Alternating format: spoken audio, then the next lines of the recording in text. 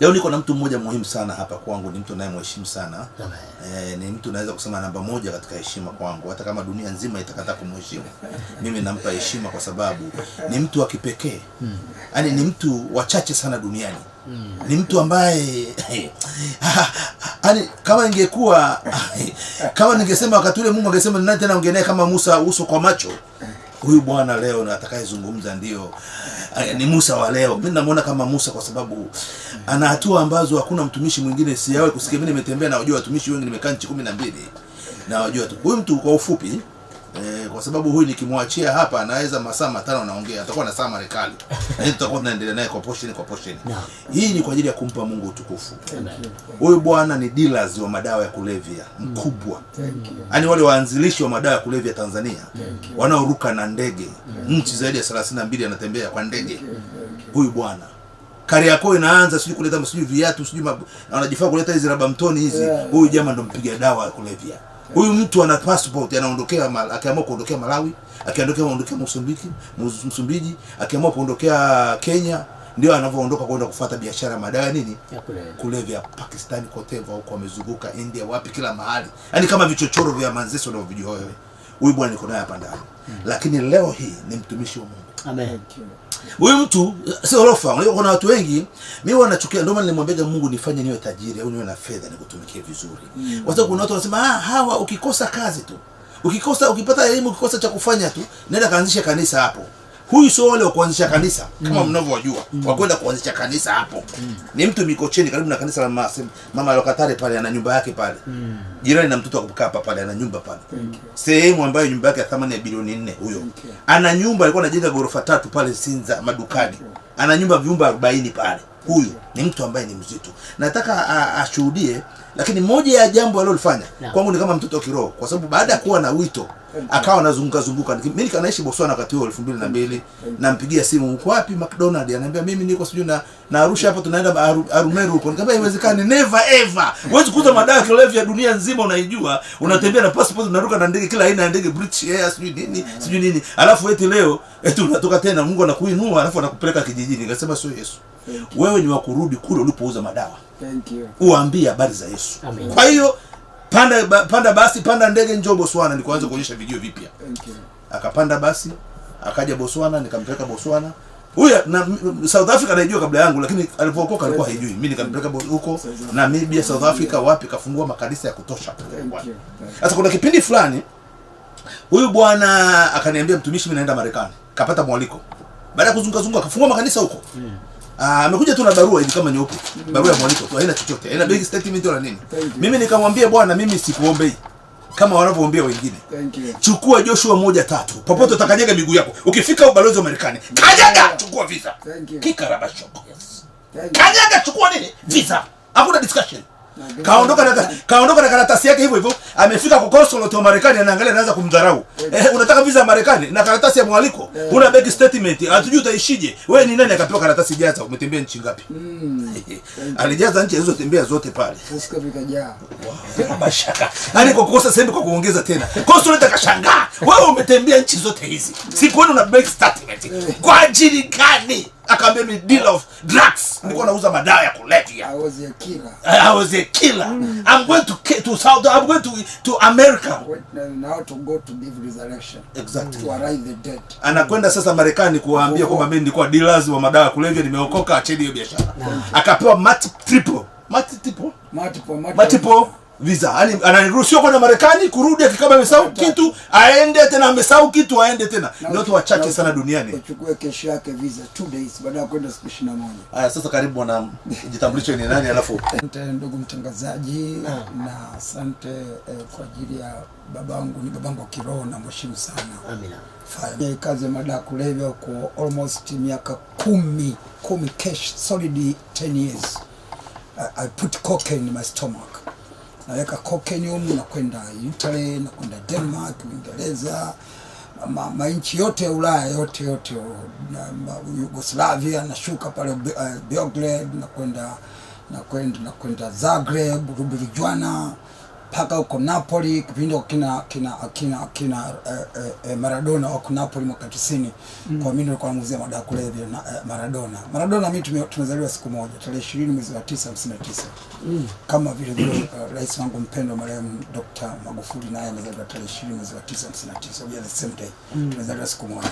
Ila wote Mungu ameenda kupumzika kwa amani, na bado nipo miaka 120 ya kucheza marathon. Sinaona marathon leo nimetoka kukimbia kilomita 21. Wow.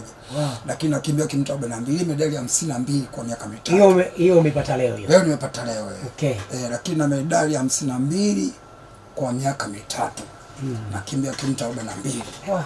Na nilikuwa Moshi kukimbia Kilimanjaro marathon, na nikaenda kuhubiri Radio Penuel ya mtumishi wa Mungu Dr. Temba kwa siku 35. Amina. Ndio maana mheshimu huyu baba. Amina. Nilikuwa Namibia nako nipata medali 2. Oshuarongo na NBC marathon kule Walisbury to Swakopmund. Okay, my point, let me come to the point. No. Nimeokoka baada ya kufanya kazi ya madawa kulevya miaka 10. Nikitoka Pakistani nilikamatiwa Nairobi. Napanda ndege kwenda Uingereza, nikakamatwa pale. Ndege ilikuwa watu 350, tukapanda watu 4 tu. Na mimi nilikuwa nimepanda third class, wakanitoa wakanipeleka business class. It is unusual. Napanda miaka 10 ndege inajaa, lakini sikio tuko watu 4 tu. Kwa nikaona kitu gani? Lakini nashuka Nairobi transit, nakuta wazee wa kazi wale wamevaa maspy coat.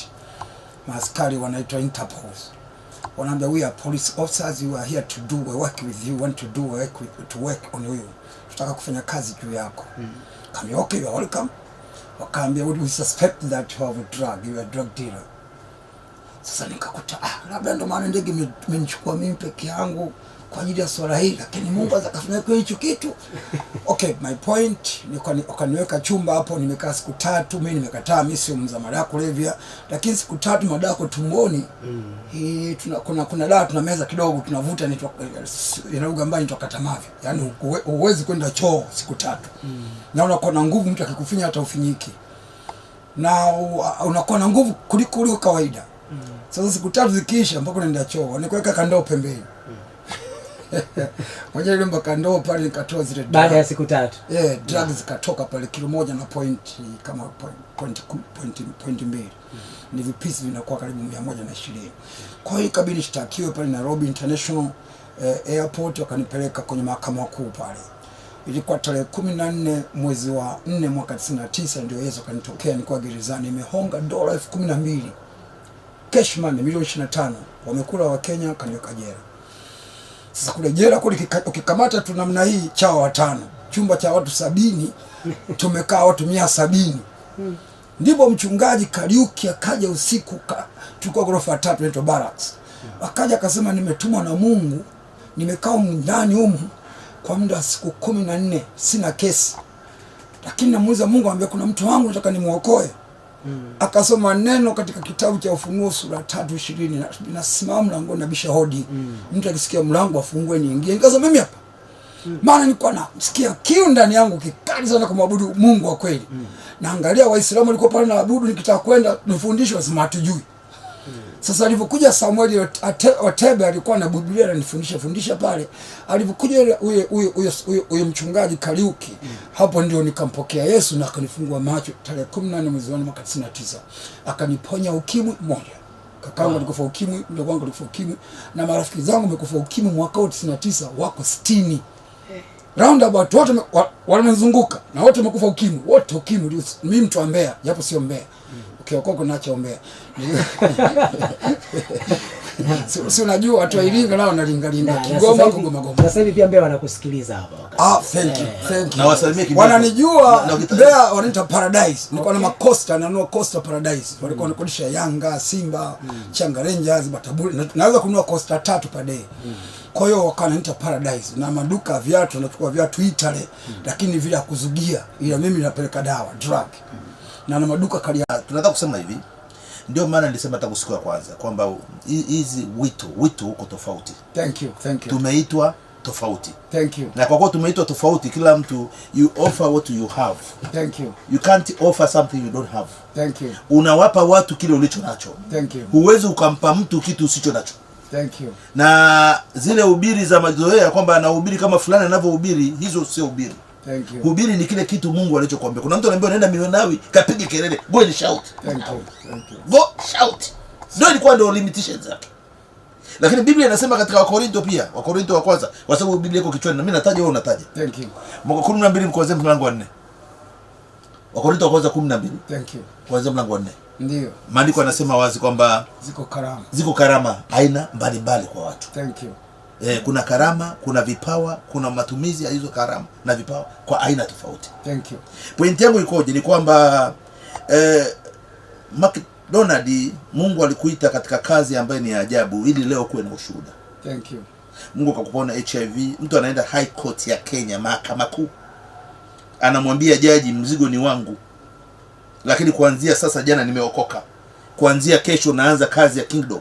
Thank you. Jaji amesema kuambia tu, jaji akasema kama kweli umeokoka na kama kweli unaanza kazi basi mimi nimekuachia bure. Thank you. Na usirudie tena. Walisema ukirudia tena watakufunga miaka mingapi? Watakunyonga. Akaruhusiwa. Angalia ile power. Nataka niongee na mtu kwamba wewe unayecheza na wokovu. Thank you. Glory. Wewe unayecheza na wokovu. Glory, glory, glory. Unajua Biblia inasema mengi kuhusu mahubiri, lakini kuna sehemu inasema wale waliopindua mji wamekuja mpaka huko. Thank you. Kuna watumishi walionekana kazi yao ni kupindua. Matendo 17 mstari wa 6. Thank you. Walikuwa wawili kama hivi. Thank you. Yaani wako watu wana injili ya kupindua vitu. Iko injili ya kupindua vitu, ya kupindua matatizo, ya kupindua ulimwengu, ya kupindua magonjwa, kama kitu Mungu amenipa mimi. Ndio maana mimi ikulu yoyote naenda nje huko ni kupindua. Thank you. Nikitaka kwenda kumuona rais wa nchi yoyote mimi siomba appointment wala nini, ninaenda kwa neema. Ni mwaka juzi ulikuwa umeshaombea marais 12 na kumbuka. Asante. Mwaka juzi marais 12. Asante. Kwa sababu tunabeba injili ya kupindua. Thank you. Injili, Biblia inasema Paulo akatumika katika ishara, miujiza na maajabu ya kupita kiasi. Thank you. Yani it's over. Yani kuna alafu unusual. Lakini pia Biblia inasema wazi kwa wote hata wananisikiliza. We are more than a conqueror. Thank you. Sisi ni zaidi ya washindi. Thank you. Haijalishi unapita kwenye magonjwa gani. Haijalishi una kitu gani ambacho kinakutesa. Lakini maandiko yanasema wazi, ni zaidi ya ushindi. Unaenda kushinda huo ugonjwa. Kama kuna mtu alipata HIV hapa, wewe unaenda kuwa mzima. Kama kuna mtu alifeli, wewe unaenda kushinda. Kwa kuwa ni zaidi ya mshindi. Nataka nikwambie hicho cheo umeshindwa kukaa kwenye huo manager. Leo hii ninakuweka katika nafasi ya manager katika cheo. Thank you. Glory, glory. Nina grace. Yeah, license. I have a license. License to kill. Thank you. Can you say license to kill? To kill. Leseni ya kuua. Thank you. Lazima kitu kife ndio kiote. Thank you. Kama kuna kitu lazima kife ili wewe upate license yako, kitakufa leo. Kama ugonjwa lazima ufe leo. Kama wewe mchawi lazima afe leo. Kwa sababu usijaje kufanya negotiation. Nimekuja kufanya kazi ya Mungu. Nimekuja kuhubiri injili. Niko na watu giant. Mtu ambaye alikuwa anauza dawa za kulevya. Mtu ambaye alikuwa anafanya biashara Kariakoo ya viatu, kaanzisha huyu bwana. Yes. Hadi ukisikia biashara Kariakoo, huyu ndio kaanzisha. Yes. Hakuna cha Mchaga, hakuna cha Mkinga, hakuna cha nani. Huyu Mnyakyusa huyu ndio alianzisha biashara yote ya mitumba unayoona pale Kariakoo. Thank you. Viatu anauzia Wahindi. Lakini alikuwa ni dealers wa madawa ya kulevya. Kwa sababu hakuna Mtanzania alikuwa na mtaji huo. Thank you. Hata akija hapa vipodozi vinaleta mpaka nani Makiote. Nimemfundisha mimi. Jesus. Kama mtaji huyu. Lakini kwa sababu ya utukufu wa Mungu tunasema kwa sababu sasa hivi iko kwa Yesu. Amen. Na Yesu amemfanikisha. Na kwa sababu uzuri wa injili leo watoto wake hao wako Marekani wanaishi vizuri. Thank you. Thank you. Mungu anambariki.